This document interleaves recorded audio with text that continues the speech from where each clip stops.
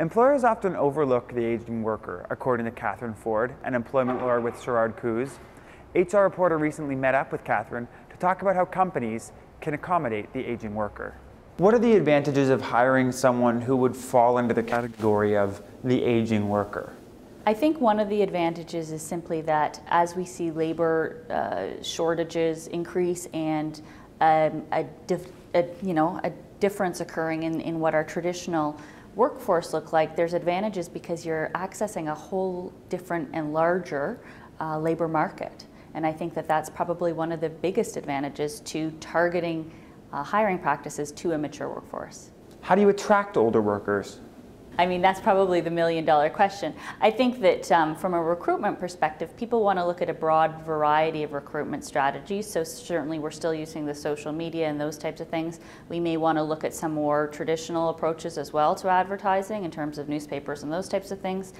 What employers may also want to do is start looking at targeted sectors of different industries that may have gone through downsizing and that type of thing. So a manufacturing industry, going after people who may have those types of experiences or that type of thing, where we may have groups of mature workers who have recently been laid off or are facing that in the near future.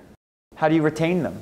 One of the things that employers can think about are what kind of strategies they can put in place to make them both appealing to prospective mature worker employees and as well as retaining the ones that you do have. So that may be looking at more flexible benefit arrangements. So can we offer benefits to people over the age of 65, even if it's a limited package of benefits? Do we have programs in place that allow for people to continue in training and education opportunities so that we have all of our workforce, regardless of age, looking to that next opportunity or that next step in their employment prospects. The last thing we want people to do is get stagnant in their jobs. One of the things that makes mature workers very attractive is that studies seem to suggest that that group of individuals often have a really high level of engagement in the workplace. So how do we maintain that? How do we continue to build that in such a way that people still really like coming into work and are excited to do that? And part of that may be that we're offering them future opportunities and they're able to look at what their work life might look like in the years to come. What sort of risks should managers know about? Certainly there's no duty to accommodate age per se. I mean, in terms of you can't just make an assumption that because somebody is over a certain age, they are necessarily going to have a disability that requires accommodation. It's going to be a very individual assessment that would apply regardless of the age of an individual. But certainly we understand that under the applicable human rights legislation in each of the provinces, employers have an obligation to accommodate a disability to the point of undue hardship.